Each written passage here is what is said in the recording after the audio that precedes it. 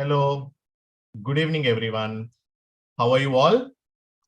Can someone quickly confirm on the chat box if I am audible and visible or not?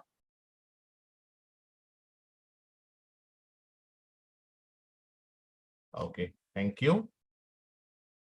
I see a couple of questions on the chat box. Let me quickly read them out.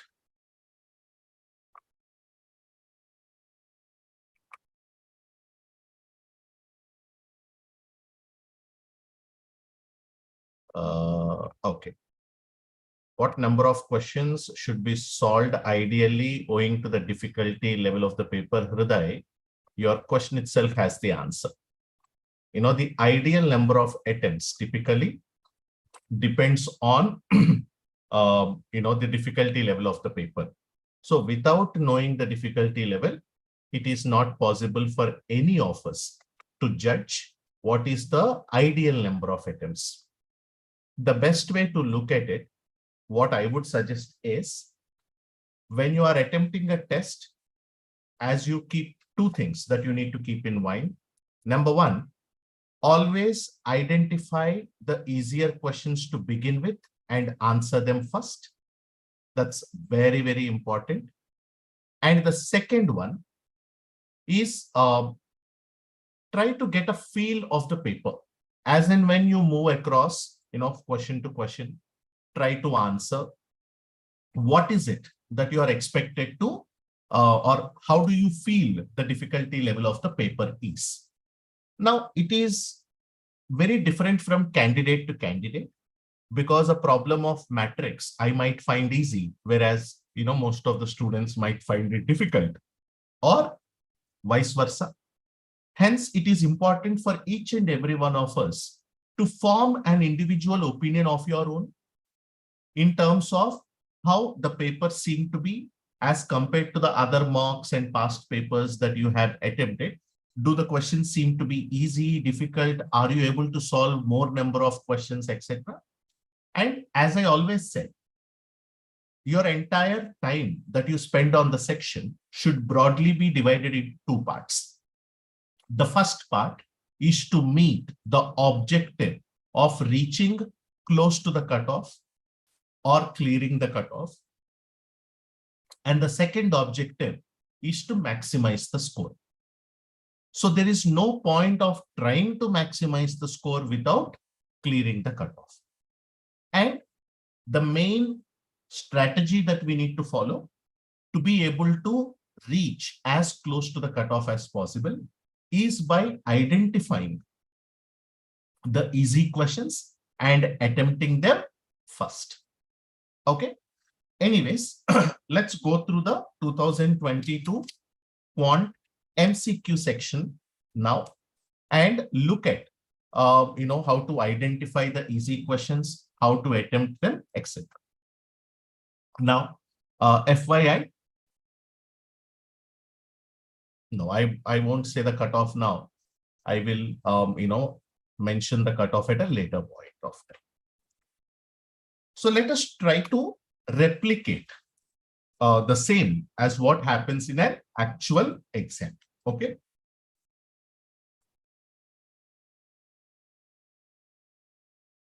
And let's time ourselves for 40 minutes. Now the time is 7:17. Let us see how do we spend the next 40 minutes. Right. Now, the set of real values of x for which the inequality showing holds true is problem of logarithms, but in actual, it's a problem of equations. If I see, I can observe a commonality with 2 and 3 throughout the given inequality, and the answer options also seem to be simple. So let me try solving this. Now log 8 base 27 can be written as log 2 cube base 3 cube less than or equal to log x base 3 less than. Now this can be written as 3 square, and 1 by log 3 base 2 can be written as log 2 base 3. So it becomes log 2 base 3 less than or equal to log x base 3 less than 3 power log 4 base 3.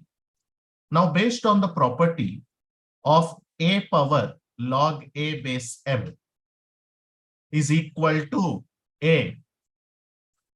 So when we look at these particular next step, it becomes log 2 base 3 less than or equal to log x base 3 less than 4. Oops, I have two terms in terms of log. So let me convert the third one also into log. I will say log 3 base 3. So this becomes log 2 base 3 less than or equal to log x base 3 less than or less than log 3 power 4, that is 81 base 3. From where I can say the range of x starts from 2 and goes till before 81, which is closed bracket 2 and open bracket 81. Didn't take much time, right? But if you are not someone who's very comfortable with logarithms, then I would suggest you do not solve these questions at the beginning. Okay.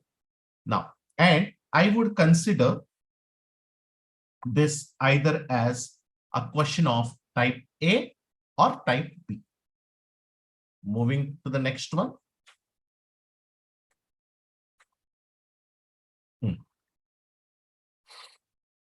Set of all possible values of f of x. Okay. Now, the moment I see the term f of x, I sort of become very uncomfortable.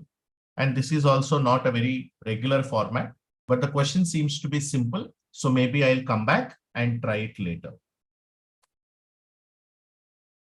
So I will mark it as type B. If the 5-digit number ABCDE is divisible by 6, then which of the following numbers is not necessarily divisible by 6? Seems to be pretty straightforward, and based on divisibility by 6, let's try. Let's think of a 6-digit number, a 5-digit number divisible by 6. And just to ensure I cover a majority of possibilities, I will take 5 distinct digits. Now, definitely the last digit must be even, because the number must be divisible by 2 and 3. Some of the digits must be 3. So I will take it as 1, 2, 3, 6, 0. Now, when I take 1, 2, 3, 6, 0, this is divisible by 6. Now, EEE is divisible by 6.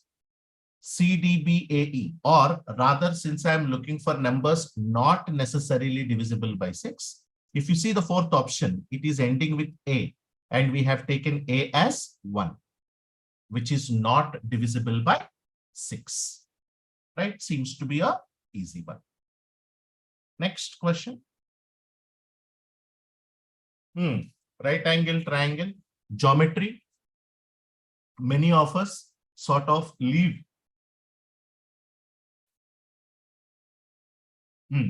the question the moment we read the half part and say it's geometry. But since it made there is a term in the first statement called hypotenuse, which means it's a right angle triangle. Usually problems involving right angle triangle or equilateral triangles should be easier. Okay.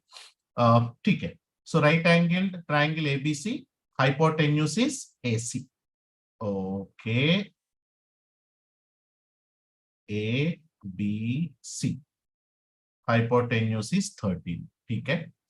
A line connecting the midpoints D and E of AB AC. Let's say this is D, and this is E. Now I connect the midpoints. I hope you remember the midpoint theorem. What does it say?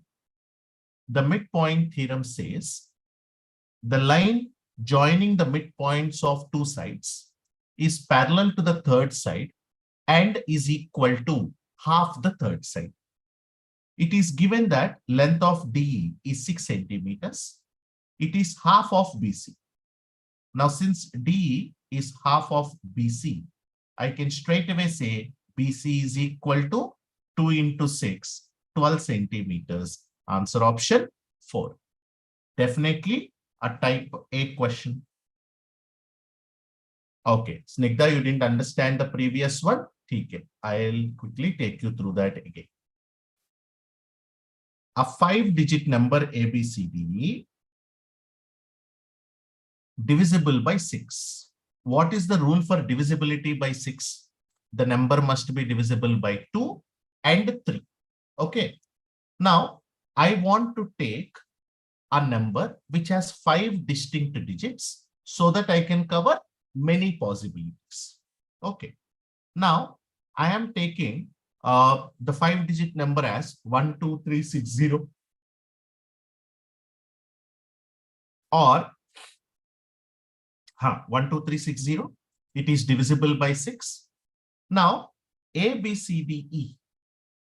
A, B, C, D, E is 12360. He is asking which of the answer options are not necessarily divisible by 6. Now, if you look at the fourth option, it is ending with A. What is the value of A? 1. A number ending with 1 is an odd number.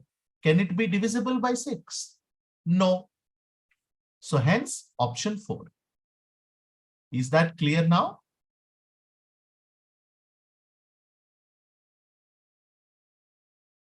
Okay, next one. In a room, there are n persons whose average height is 160. M more persons joined whose average height is 170. Okay, I mean, looks like might take a bit of time. Not something that I would confidently say I can solve it in like less than a minute. I'll come back to it later. A set of all possible values of the function f of x is equal to x by mod x, where x is not equal to 0. Okay. X is not equal to 0, which means obviously option 1 and option 2 are ruled out. Now, when x is positive, f of x is equal to x by mod x, it will be equal to 1. When x is less than 0, f of x is equal to minus x by mod minus x, which is minus 1. So the possible values for the function are 1 and minus 1. Hence answer option 3. Though a problem on functions, small question, easy to understand, easy to solve. Next one. If one of the factors of the number 3 power 7, 2 power 8, 17 power 3 is randomly chosen, then the probability of the chosen factor will be a perfect square is. Okay, the language seems to be familiar, but not exactly something that I can confidently say will be able to answer with less than a minute. So we will hold on to this. We'll come back to this. A, 1, 2, 3, B, A, B, assuming all relations. Oh my God. Relations probability function in the same question. I think this is a brilliant combination where most of us would say it is type C. Next. F of x square plus f of y is equal to x into f of x plus y for all non-negative integers x and y. The moment I read half the question, I fell asleep. So this should be either B or C, depending on how comfortable you are with functions. Ayesha is standing atop of a vertical tower 200 meters high. First statement you read, you'll understand its heights and distances. So for someone who's comfortable with heights and distances, they should definitely attempt this question. If not, you can leave. But since heights and distances usually involves a bit of calculation, we categorize it as either B or C. Next one. Excuse me, guys.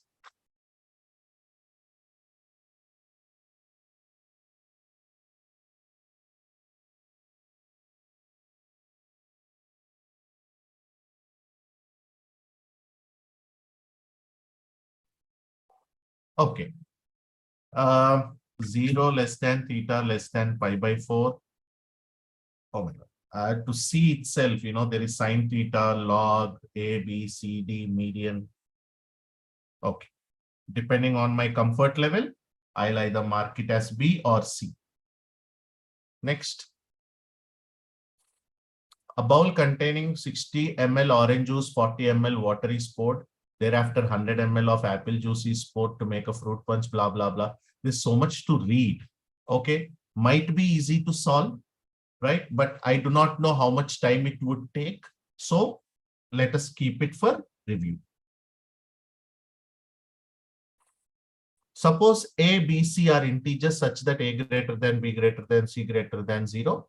Then for the given matrix, what is the value of the determinant? Straightforward question, but still I wouldn't mark it as A. I'll say either B or C. If you are someone who's not comfortable with the determinants, then it obviously becomes a C.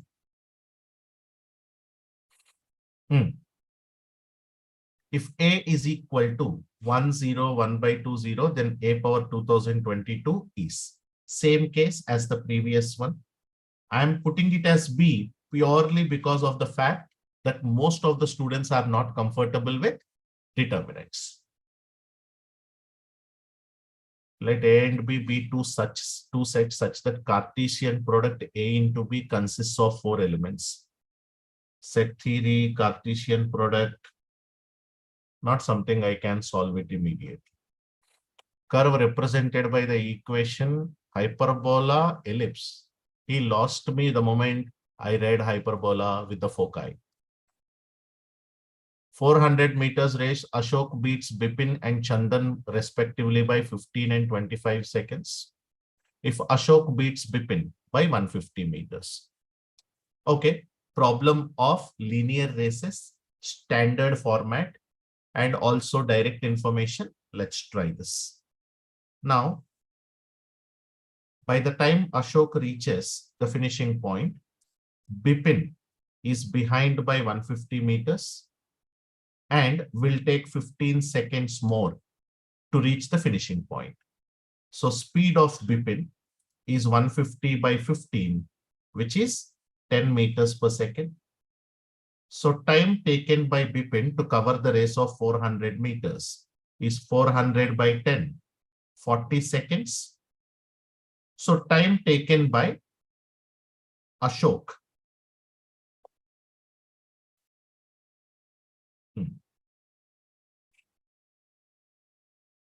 Time taken by Ashok is 40 minus 15, 25 seconds.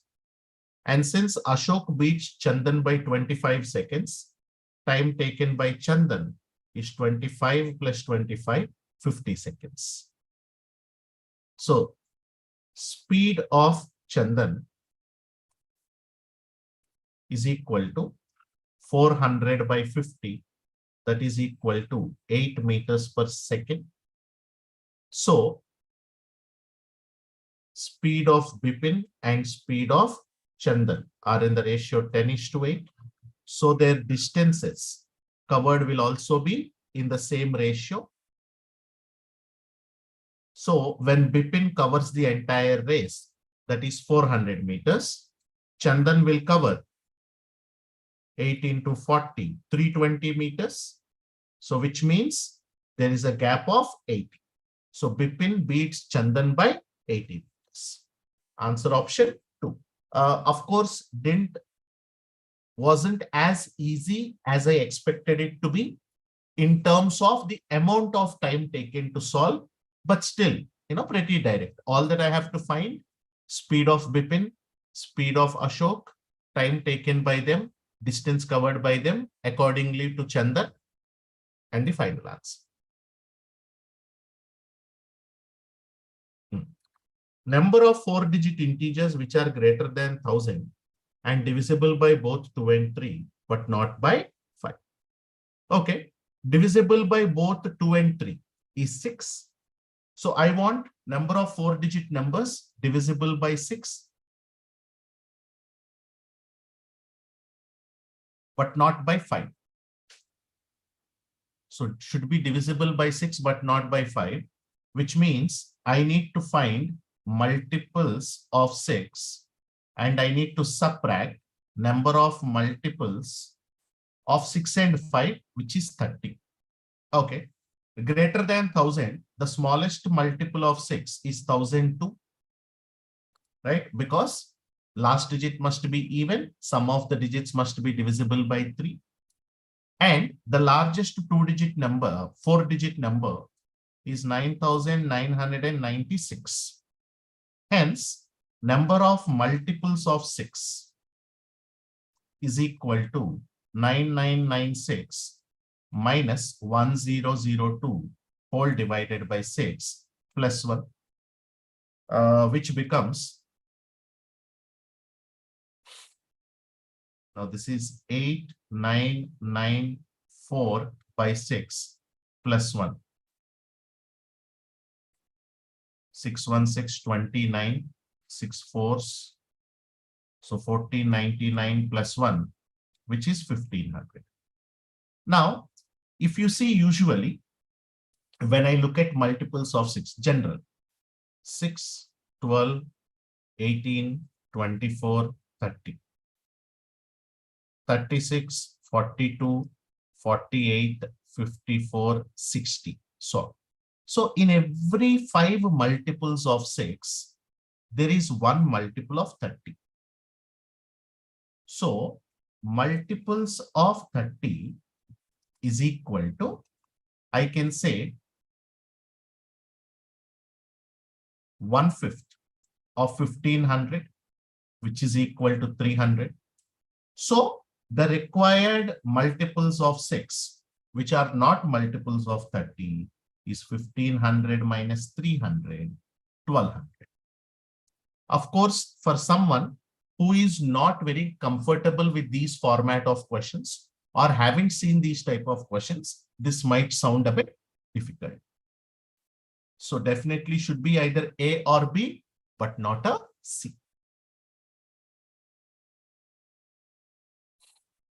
Sum of first 15 terms in an arithmetic progression is 200. And sum of next 15 terms is 350. Okay. Sum of first 15 terms is n by 2 into 2a plus n minus 1 into d is 200.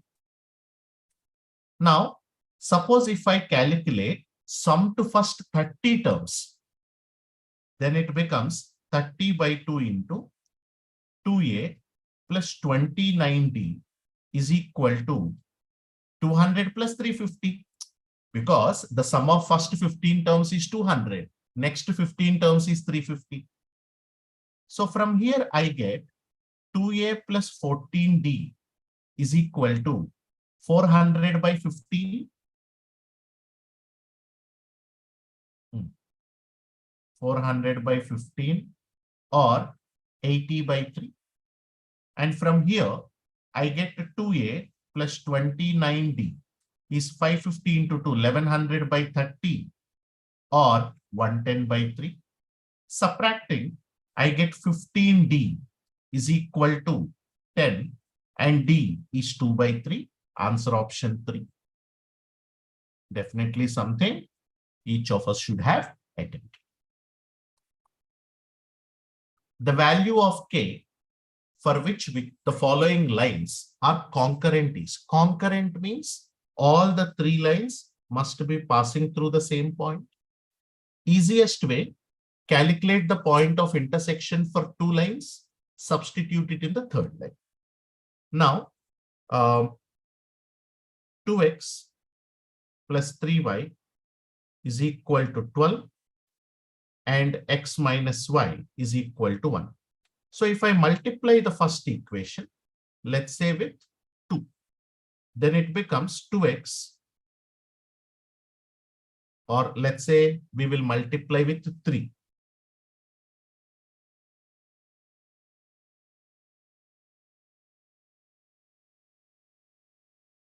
So 3x minus 3y is equal to 3. If I add 5x is equal to 15, x is equal to 3, which means y is equal to 2.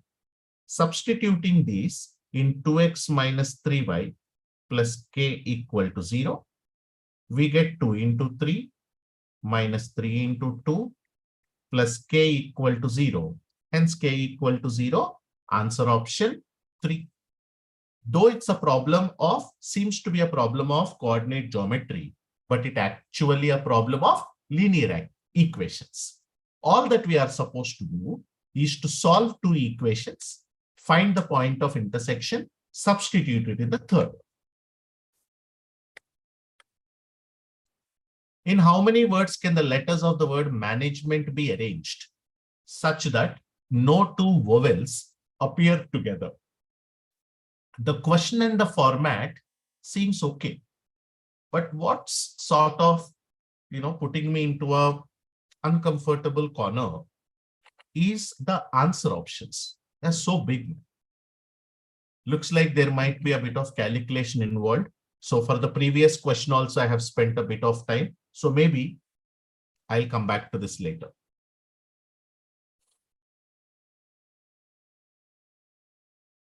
Sum of squares of all the roots. So once I remove the modulus, it is clear that I will have 4 different equations. I need to calculate their roots and add them. Time consuming. Either B or C. The cost of a piece of jewelry is proportional to the square of its weight, which means C1 by C2 is equal to W1 square by W2 square. A piece of jewelry weighing 10 grams is 3,600. 10 grams, so 10 square. The cost of a piece of jewelry of the same kind weighing 4 grams is. Now 10 square is 100. 100 and 100 gets so cancelled. So the cost is 16 into 36.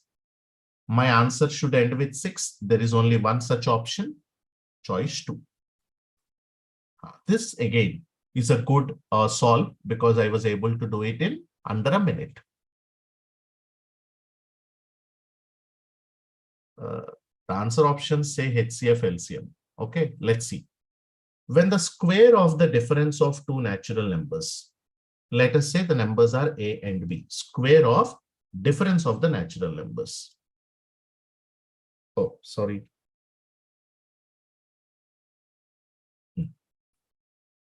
Difference of the numbers and their square is subtracted. Acha, from where? From the square of the sum of the same two numbers. Oh, so square of sum of the same numbers. From this, I subtract the square of the difference. Okay. And I divide the result by 4.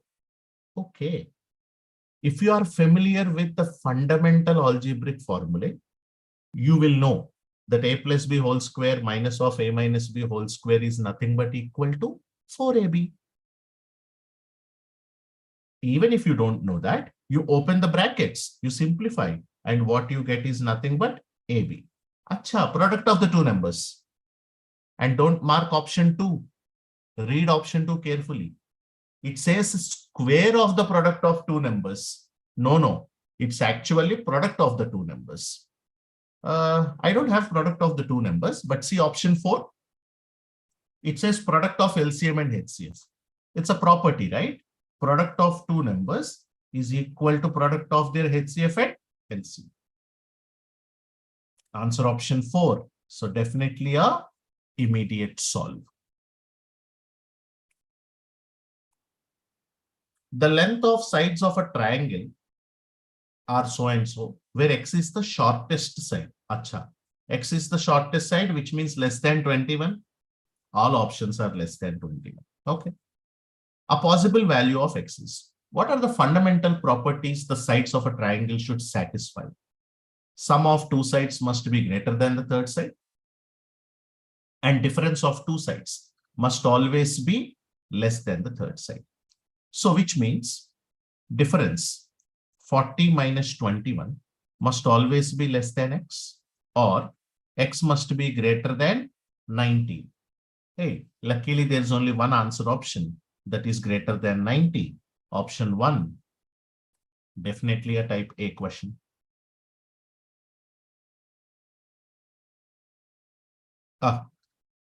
Now comes, the problem or the set of data interpretation. Now, I'll take a second. I'll hold on here for a while. It's been like almost close to what? We started in 1917. Around 17 to 20 minutes since we have begun, right? Now, if you see, we were able to categorize at least, categorize all the 25 questions, and we were able to solve good number of questions, haven't we? Have anyone counted how many questions we solved till now? Did anyone count how many questions we have solved till now? Around 7, 8, right?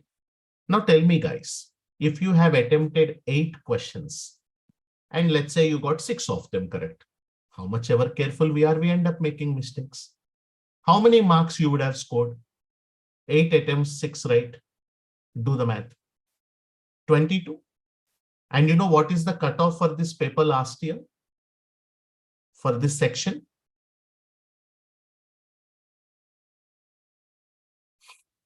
Is it 47? Are you sure? I don't think it's as high as 47.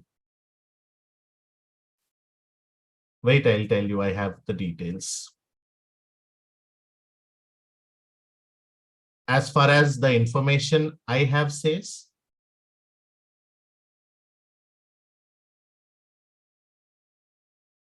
it's 43.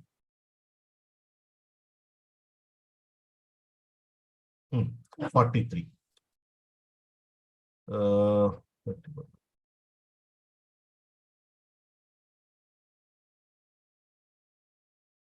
Yeah, around 43 marks. Now you have already scored 22 marks. You are, probably halfway through. Even if it has taken around 25 minutes for you, you still have 15 more minutes to go. And you know clearly what are those questions that you should go back and attempt. So in these 15 minutes, even if you are able to attempt 6 to 7 questions and get 5 of them right, you're done. And for those of you who are comfortable with DILR, I love that set of 5 questions. Now, for example, look at this particular set, guys. Any student who has done a bit of practice on logical reasoning and data interpretation would have been able to solve the entire set of these 5 questions in under 5 minutes and would have pocketed 20 marks just like that. Let's see how to solve this. What does it say? It says a showroom. Cutoff was 43. That's what I'm saying. A showroom is open on all 7 days of a week throughout the year. There are 5 employees A, B, C, D, E who work in the showroom. Every day except Sunday, 2 employees are required, while on Sunday 3 employees need to work. Every employee works for 3 days in a week. Some additional information is provided. So I need to create a format where I can, understand which employee works on which day. And it seems every employee works only for 3 days. Every day, Monday to Saturday, there are only 2 employees who will be working. And on Sunday, 3 employees. Let's, give it a try for a couple of minutes and see. If we are able to identify the solution, great. If not, we will leave it. A, B, C, D, E. Shortly, the names of these five. Monday, Tuesday, Wednesday, Thursday, Friday, Saturday, Sunday. I'll make a table to identify who works on which days.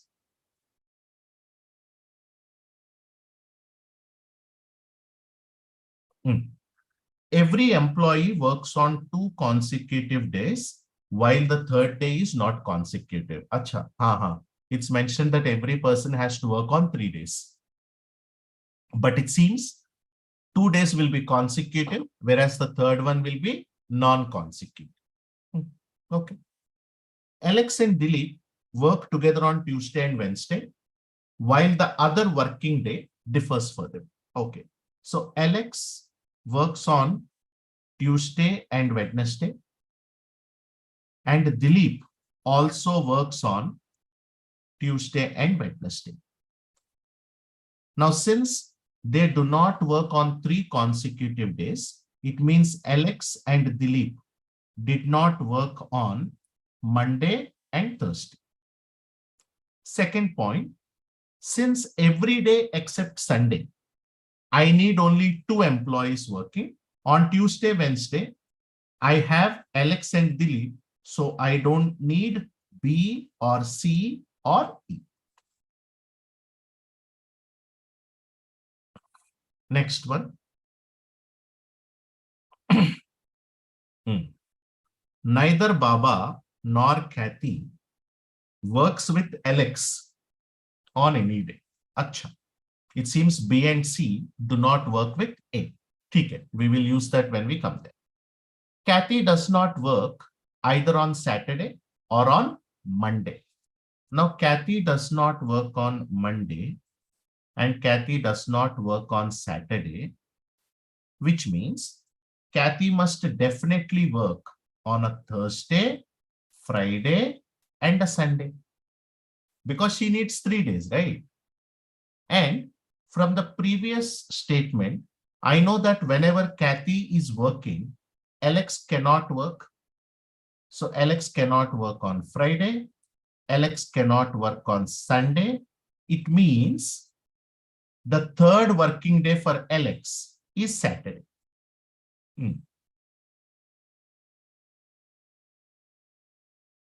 Okay. All right.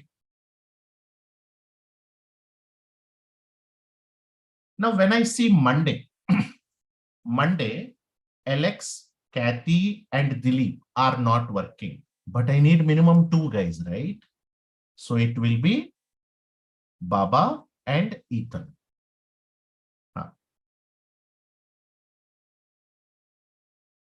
Baba and Ethan. All right. What else we can do?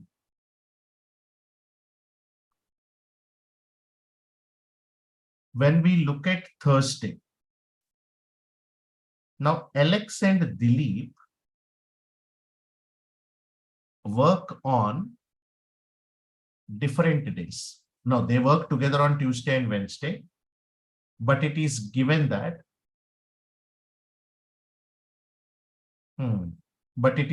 the third day for Alex and Dilip will differ. Okay. Acha. Look at this. Baba does not work with Alex. If you see, Baba works on Tuesday and Wednesday, does not work on Tuesday and Wednesday. He cannot work on Saturday also, because Saturday Alex is working.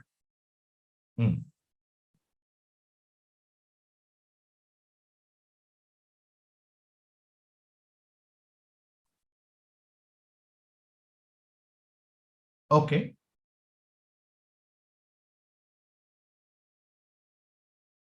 Consecutive days. Third day cannot be consecutive. Okay. All right.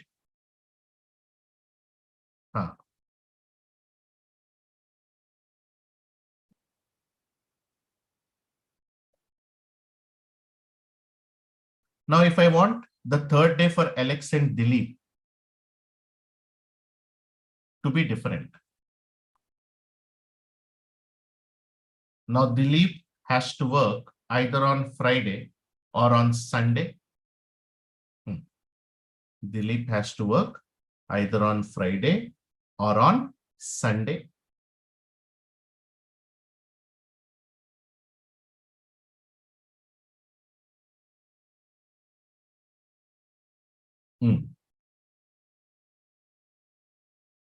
Is there any other point we are missing?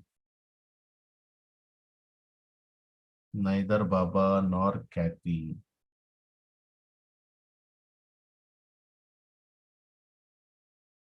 Okay, let's say Dilip does not work on Saturday. I think this should solve it. Because the third day for Alex and Dilip must be different. Dilip does not work on Saturday. So Saturday, Baba, Kathy, Dilip are not working. So it must be Alex and Ethan. It must be Alex and Ethan. Good. Now, Ethan cannot work on Sunday. Can he work? Because if he works on Sunday, then it becomes 3 consecutive days, Saturday, Sunday, and Monday.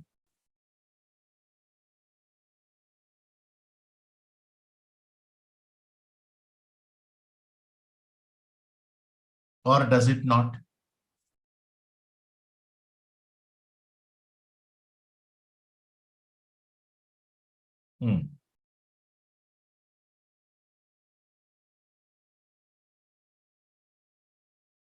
It doesn't actually, because the week ends, right?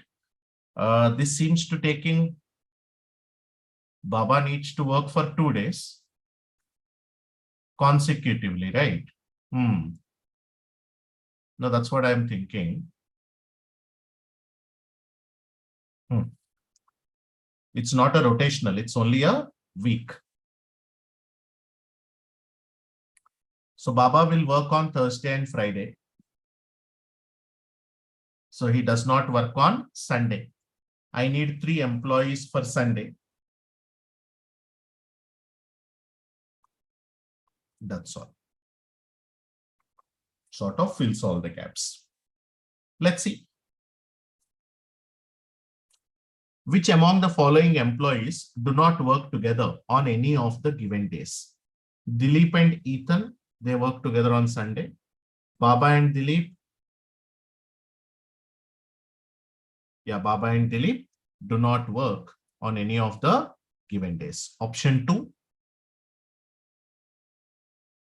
Next one. One of the days Alex works on. One day Alex works with Dilip. In fact, 2 days Alex works with Dilip. And the third day he works with Ethan. Dilip and Ethan, answer option 1.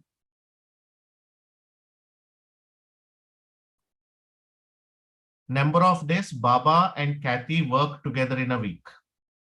They work together for 2 days. Answer option 2. Employees who work on Sunday are Kathy, Dilip, and Ethan. Answer option 4. Consecutive days on which Ethan works are Saturday and Sunday. Option 1. So as I said, if we are able to fill the table, though it might take 5-6 minutes, right, we'll be able to solve all the 5 questions. That's how most of the situations, these type of questions work, right?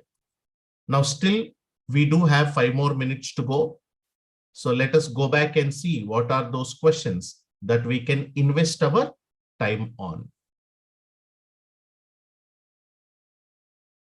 We have solved this. We have solved this. No. I think this is something we can try and solve. Management, how many consonants are there? M, M, N, N, G, T. Vowels, A, E, E. I want to arrange them such that the no two vowels appear together. So let's arrange the consonants. In how many ways can I arrange the consonants? 6 factorial by 2 factorial into 2 factorial, which is equal to 720 by 2 into 2, 4, which is 180. On the other hand, I want to arrange these vowels so that no two vowels are together. So in between the consonants, 1, 2, 3, 4, 5, 6, 7. There are 7 places. If I arrange these 4 vowels in those 7 places, no two vowels will be together. Number of ways of arranging 4 vowels in 7 places is 7p4, but 2 vowels are of same type and 2 vowels are of same. So the total number of ways is 7p4, which is equal to 7 factorial by 3 factorial into 2 factorial into 2 factorial into 180, which is equal to 5040 by 6 into 2 into 2 into 180. 6 ones, 6 30s, 2 ones, 2520, again 2 ones, 1260. So 2 zeros at the end, 126 into 3. 125 into 3 is 375 plus 3, 378. 37800. Answer option 3.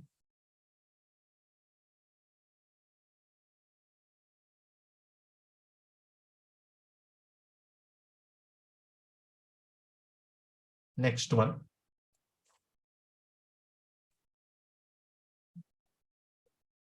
One second, guys.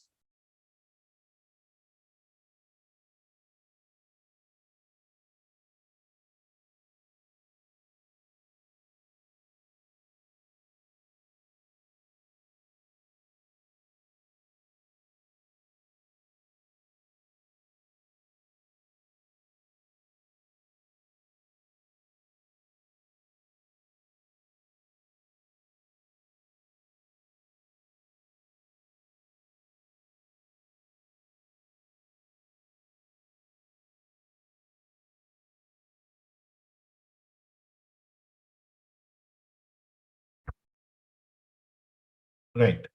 Sorry for that. Solve this. We have solved this. Solve this. Hyperbola ellipse. No. No. No.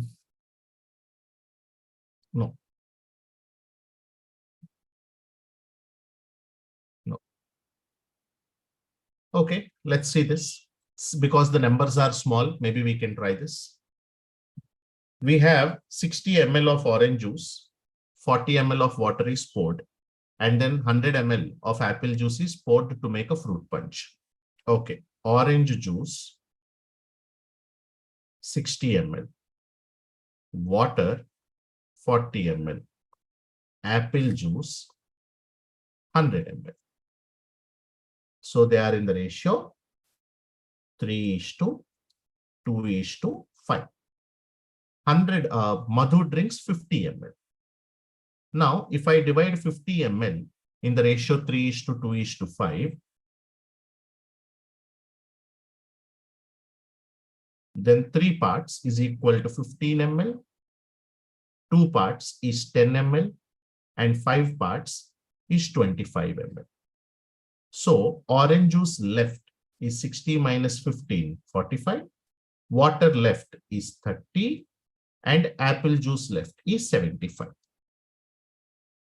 Madhu drinks 50 ml of fruit punch and comments that the proportion of orange juice needs to be higher for better taste. How much orange juice should be poured into the fruit punch that remained in order to bring up the level of orange juice to 50%? Acha, I want orange juice to have 50%. So the remaining 50% must be water and apple.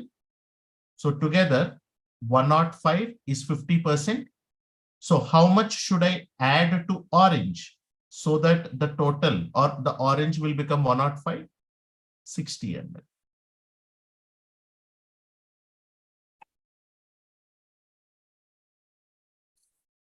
Next one, start part. Orange is 60 ml, Jayaditya. Water is 40 ml. Apple juice is 100 ml. So they are in the ratio 3:2:5. Madhu drinks 50 ml of the mixture. Now, in that 50 ml, we have 3 parts orange, 2 parts water, 5 parts apple. So total 10 parts. So 10 parts is 50 ml. 1 part is 5 ml. So orange is 15, water is 10, apple is 25. He drank. So we need to reduce the quantity. 60 minus 15 is 45. 40 minus 10 is 30. 100 minus 25 is 75. I want to add orange juice so that the percentage of orange juice becomes at least 50%, which means the remaining two together should be 50%. 30 plus 75. 105 ml is 50%. So I need to add at least 60 ml of orange juice. Is it clear now? Yes, sir.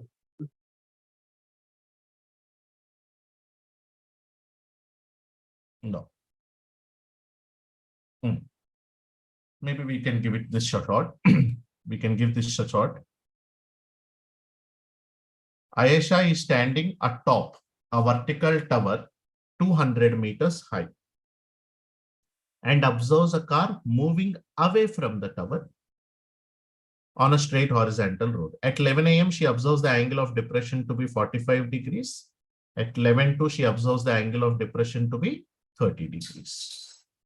30 degrees, 45 degrees, height is 200.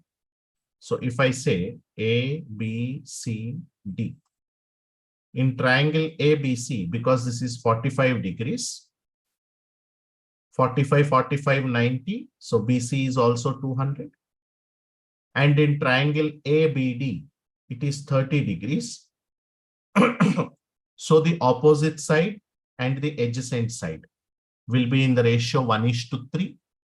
So which means BD is 200 root 3. So CD will be 200 root 3 minus 200. Now I want the speed of the car, which is distance by time. The distance covered by the car is 200 into root 3 minus 1. And the time taken is from 11 a.m. to 11:02 a.m., which is 120 seconds. But all answer options are in kilometers per hour. So I'll multiply this with 18/5. Now, 43s, 45s, 5 ones, 5 ones, 3 ones, 3 sixes. 6 into, now root 3 is 1.7 approximately, minus 1.7. So 6 into 0.7, the answer has to be approximately 4.2 kilometers per hour. Answer option 2.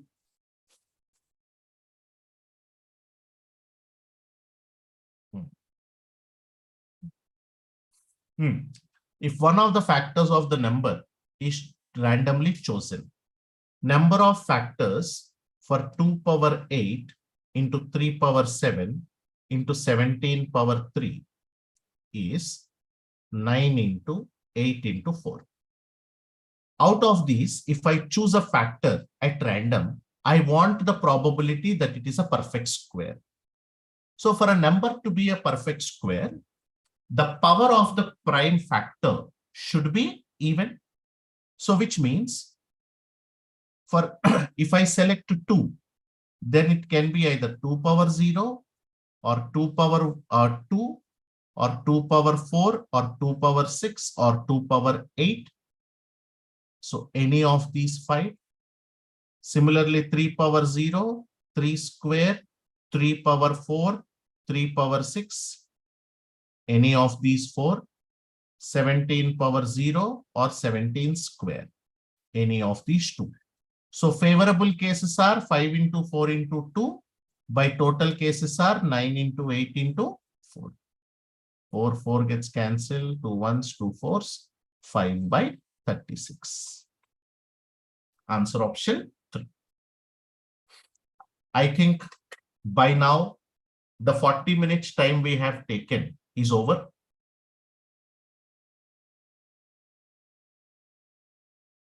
In fact, I think we have gone slightly more as well. Anyways, but the major, focus I wanted to keep on is how do you read the question? What points do you look at in the question to decide whether it is an easy or a difficult one? How much help you take from the answer options in good number of questions, etc. Now let's see the other questions as such.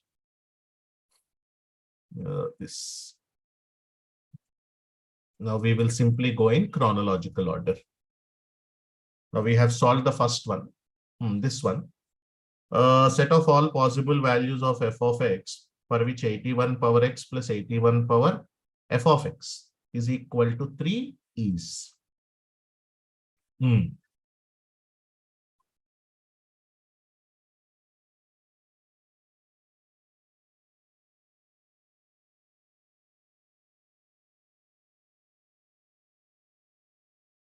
Okay. Now see, whatever is the value of x, 81 power x is always positive. So I can say 81 power x is equal to 3 minus 81 power f of x, always positive. So 3 minus 3 power 4 into f of x is always positive. So if I add a 3 power 4 into f of x on both sides, we get 3 power 4 into f of x is less than 3 power 1. Bases are same. The base is neither minus 1 nor 0 nor 1. So I can say 4 into f of x is equal to 1, or 4 into f of x is less than 1, sorry. And f of x is less than 1 by 4, 0.25, which means f of x should range from minus infinity till before 0.25. Answer option 4.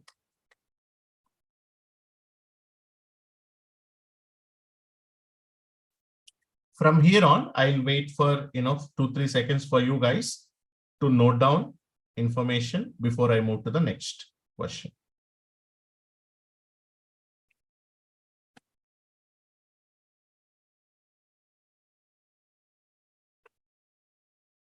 Now 81 power x. When you take a positive number, you raise it to any power, Jayaditya, the result will always be positive, isn't it? You take different values for x and check. It will never become negative.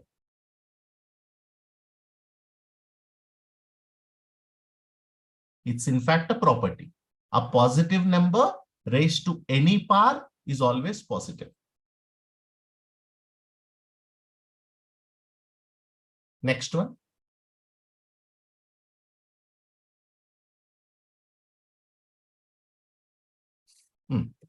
In a room, there are n persons whose average height is 160.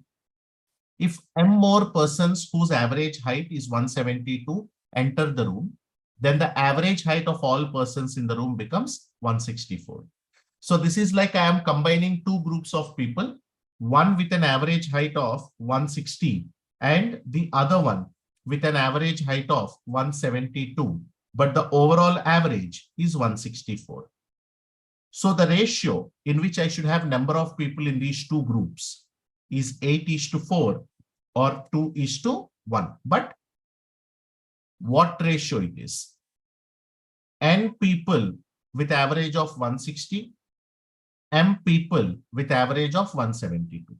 So N:M is 2:1, but we are asked to calculate M:N. So 1:2. Answer option 4. Or the other way we can look at it is,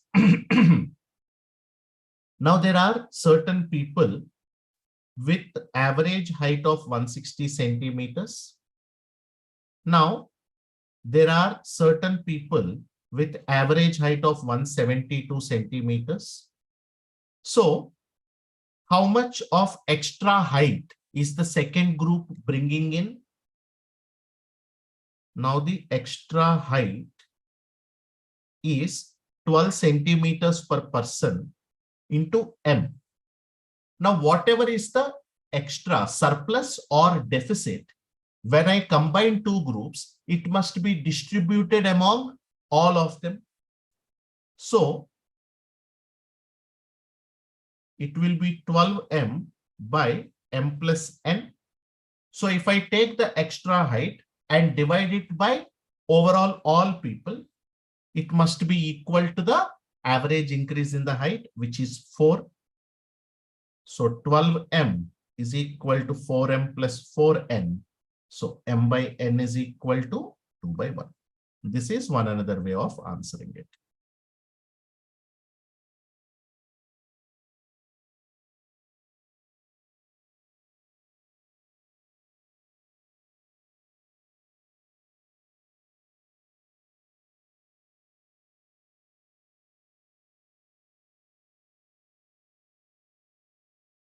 Next one.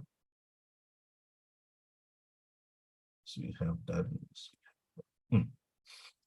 Now we have a set A and set B.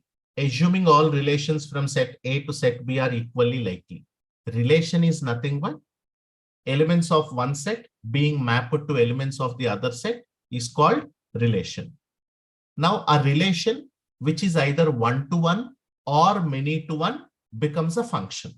Simple. So all functions are relations, but all relations are not functions. So this knowledge is necessary for you. So number of relations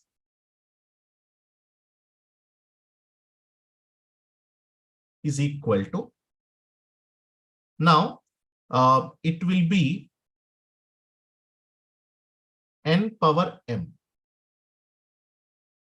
So if I have a set A with m elements and set B with n elements, then the number of relations is not n power m, it is 2 power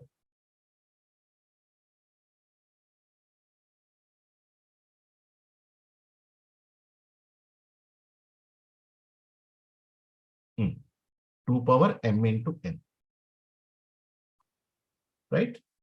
Suppose what if the formula, you do not know the formula or you forgot the formula. Simple. What is a relation? Mapping elements from one set to the other set. So if I take set A, I have 3 elements. The first element, I may take it or may not take it. Second one, may or may not. Third one, may or may not. Right? 2 cube into, no, wait, hold on. I think this will not take into consideration certain cases. So if we go by the formula, we get 2 power m into n is 2 power 3 into 2, that is 2 power 6. Number of functions from A to B is nothing but number of elements in B raised to the power number of elements in A, which is nothing but 2 cube. Hence, the required probability is 2 cube by 2 power 6, which is equal to 1 by 8. Answer option 1. Again, something that any of you can answer only when you know these formulae or when you know the exact definition of relation and functions. Now, for these type of questions, you see, it's mostly substitution. Whenever you look at these type of questions, it's substitution by trial and error that you will try. Okay. Suppose if I take x is equal to 0, y is equal to 0. then it becomes f of 0 plus f of 0 is equal to x into 0 is 0. What does this tell me? Nothing. Leave it.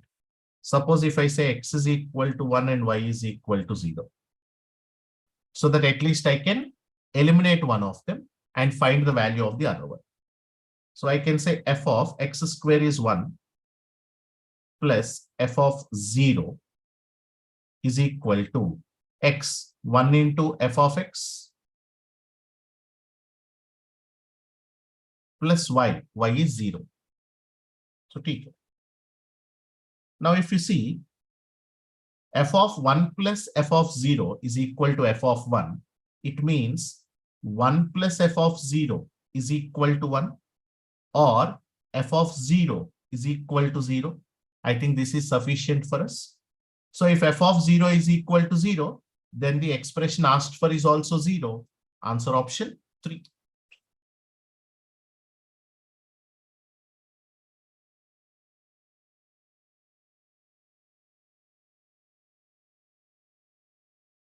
Next one.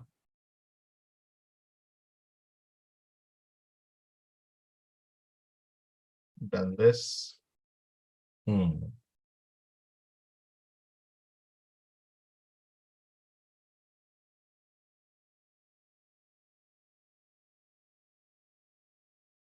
Done this. Okay, let's see this. A, B, C are integers. A greater than, B greater than, C greater than 0. A is given as some values, a set of some values, and we need to understand how the value of the determinant of this matrix will be like. Okay. Now, if I try to calculate the determinant directly, it will be A into BC minus A square minus B into AB minus C square plus C into AB minus B square minus AC.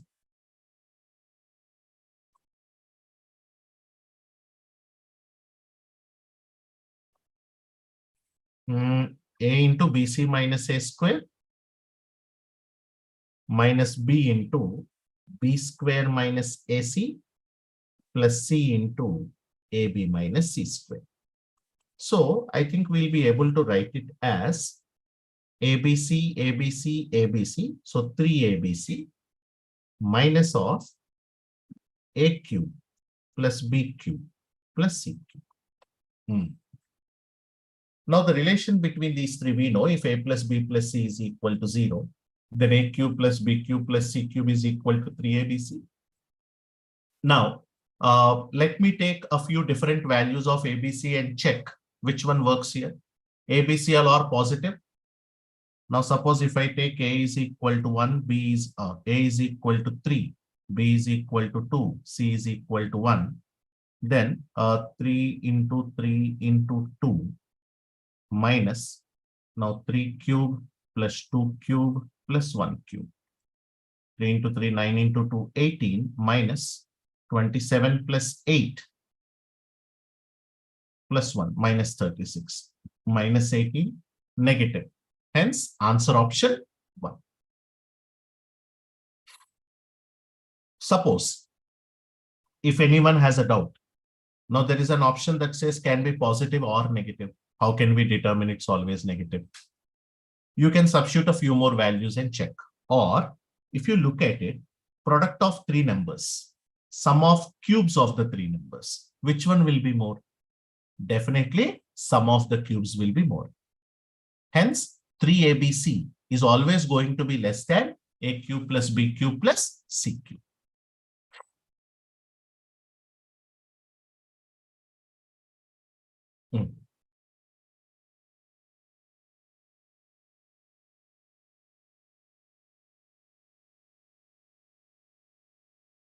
A, let's calculate A square. 1, 0, 1 by 2, 0. 1, 0, 1 by 2, 0. 1 into 1 plus 0 into 1 by 2. 1 into 0 plus 0 into 0. 1 by 2 into 1 plus 0 into 1 by 2. 1 by 2 into 0 plus 0 into 0. Oh, a square is equal to a. If you continue further, you will know a power 2022 is a. Now you do not have in the answer options, so you will say none of this.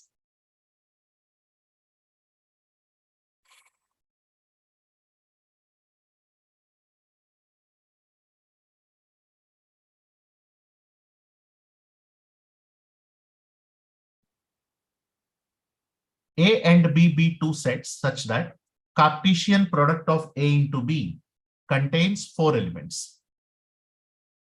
Okay. If two elements of A into B or A cross B are 1, 4 and 4, 1. Now, okay, let's go point by point.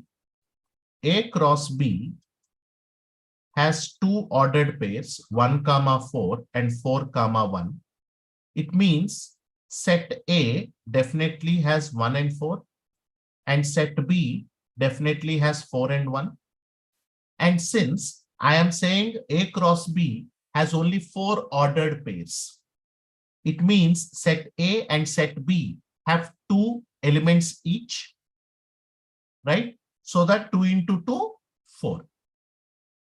Now in A cross B, I'll have 1, 4, 4, 1. Then I'll have 1, 1 and 4, 4.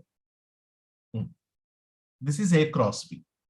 Now let's calculate what will be B cross A. Now since the elements in A and B are same, A cross B and B cross A will also be same. Hence answer option 1, A cross B is equal to B cross A.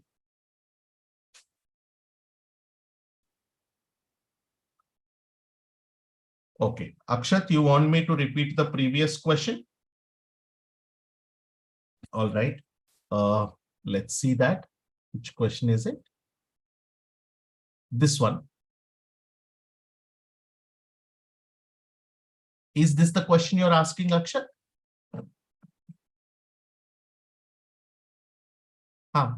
There's nothing to explain. You can see on the screen. I need to find A power 2022. I tried calculating A square first. If you know how to multiply two matrices, then you will understand the calculation and you will see that the matrix that we have received or the matrix that we got as a product is also same as the original one. So if A square is equal to A, then obviously A power 2022 will also be A. But there is no matrix that is same as A, hence none of these.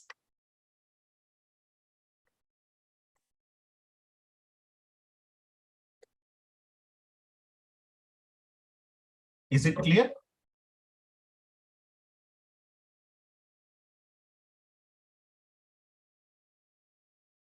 But where do we have the answer option as A power 1011?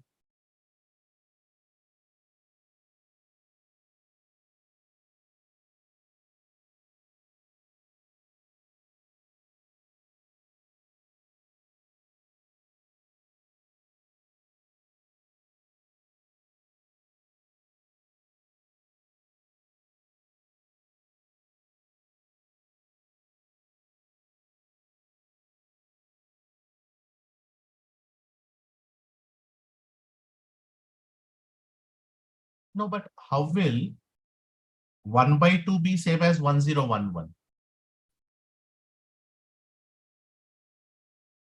Now, in fact,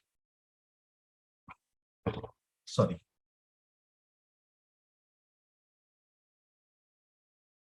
Okay, all right. Let's see if we calculate A cube, what will we get?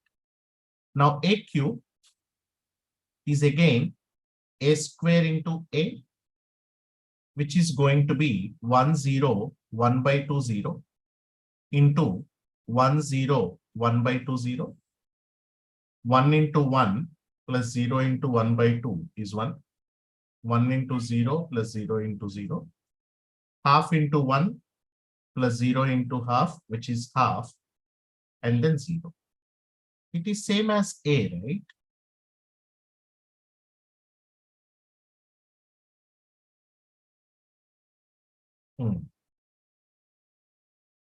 Okay.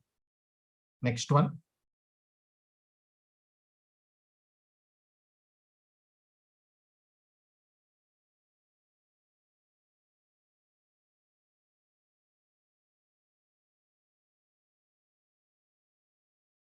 We have solved this management one also. This is okay. Let's try this. So one way of looking at it is we can see that the critical points for these two modulus is x is equal to -4. So when x is less than -4, then both the values inside the modulus will be negative. So x square minus of x plus 4 minus of x minus 4 minus 35 equal to 0. So we get x square minus 2x minus 4 plus 4 gets cancelled out, minus 35 is equal to 0. So I can write it as x minus 7 into x plus 5 equal to 0. So x is equal to minus 5 or 7.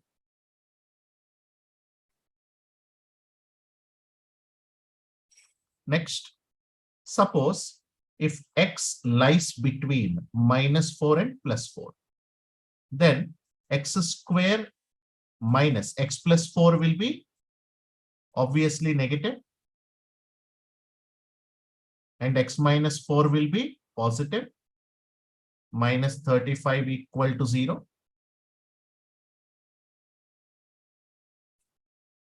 So minus x minus 4. So we get x square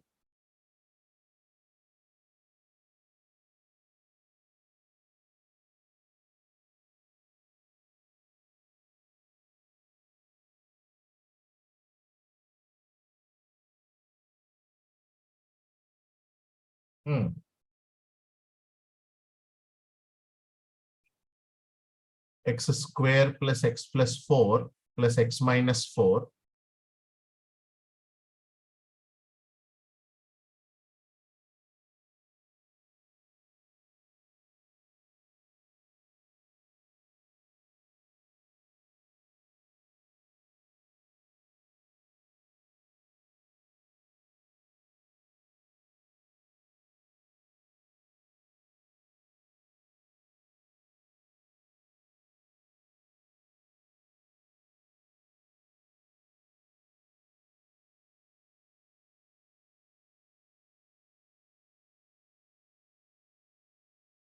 minus x minus 4 plus x minus 4. So x square minus 8 minus 35.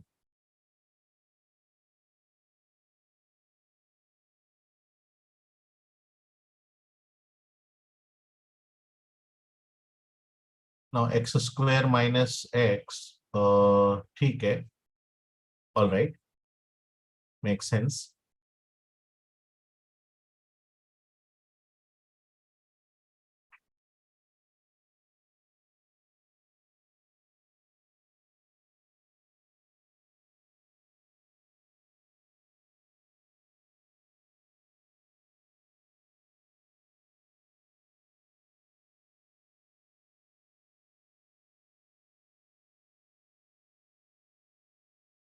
All right. Let's do one thing. Let's calculate the range for all, 4 different cases. So the first one we got x is equal to -5 comma 7. Okay. Now let us take the second one.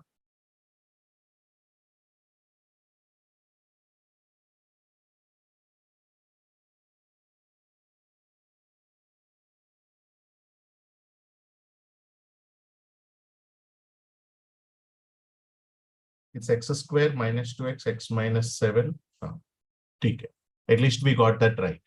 Now the next one, if we take it as x square minus of x plus 4 minus of x minus 4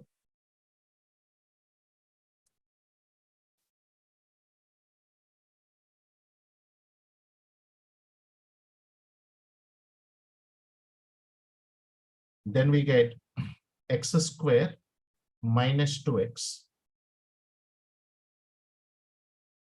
same as the previous one, right?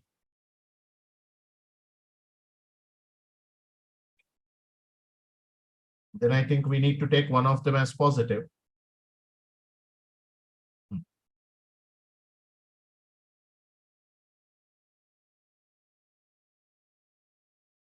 So x square plus x plus 4 minus x plus 4 minus 35.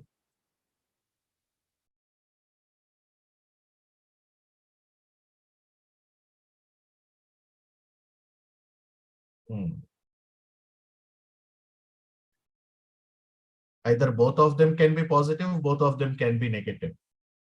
Understood. So in the previous case, we have taken both of them positive. Now I am taking both of them negative. So we get x square plus 2x minus 35 is equal to 0. So it becomes x plus 7 into x minus 5 equal to 0. So we get x is equal to 5 or minus 7.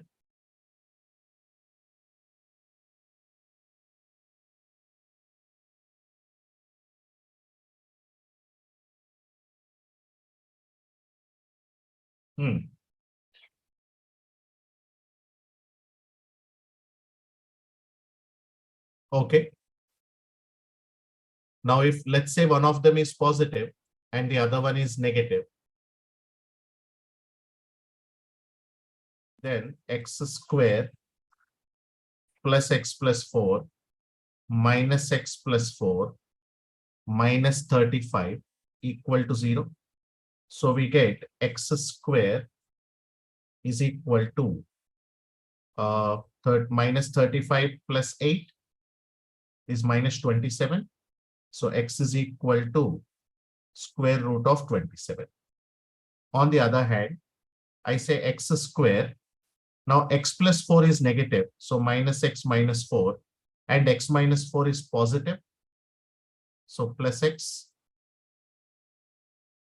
minus 4 minus 35 equal to 0. So here we get x square is equal to 35 plus 8, which is 43. So x is equal to root 43, in fact, plus or minus.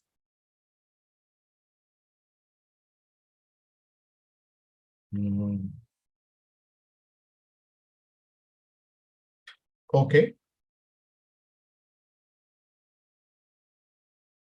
Now we need to calculate root 27 is how much? Now root 27 critical points minus 4 and plus 4. Okay. Now root 27 is plus or minus 5 point something. So whether it is plus or minus 5 point something, understood. When it is plus or minus 5 point something, it is not falling into the range of between minus 4 and plus 4. So it's obviously ruled out. Even in the case of root 43. Now root 43 I can say is approximately 6 point something. Plus or minus 6 point something is again not within the range of minus 4 to plus 4. So does not. Now when I look at 5, 7, minus 5, 7, 5 and minus 7.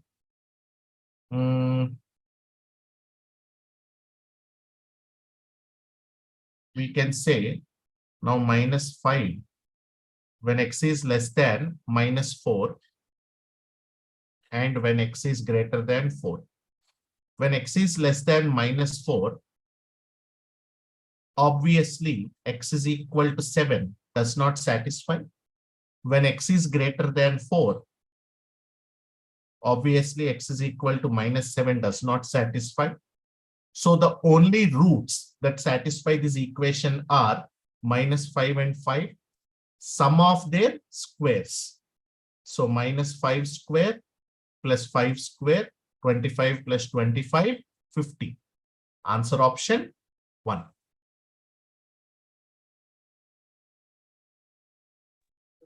Yes, Hriday. That's why I have removed the value of 7. Yeah, Jarna, please tell me. Okay, so what we are saying is, Jarna, if you look at the modulus x plus 4, mod x plus 4 and mod x minus 4, right? So when will they be 0? When x is equal to -4 and when x is equal to 4. So the critical points are -4 and +4. So if we try to understand the range of the equation when x is less than 4, when I substitute x is less than -4, then both the modulus will be negative. So when I take those as negative and solve, I am getting the value of x as -5 and 7. See, on one side, when I am saying x is less than -4, how will it be equal to 7? It will not be. So ruled out, only -5. Similarly, if I take x is greater than 4, then both modulus will be positive. When I take them as positive and simplify, I got the roots as 5 and -7. When I am saying x is greater than 4, how can it be -7? So -7 ruled out. That's why we are left with -5 and +5. Understood?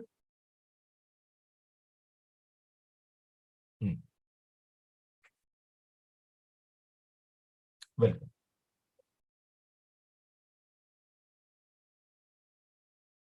Yeah, I think this sort of completes the entire set of questions. I think there are 1 or 2 questions that I have left, guys. I'm sure, it might be already exhaustive for you. And those 1 or 2 questions are extremely, difficult questions that involve a lot of working and all, which are better left unattempted, right? So I think we will, put a stop here for today.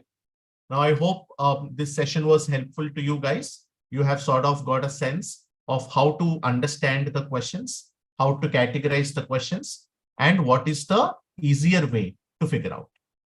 So that's all for today. Thanks for your time. All the best.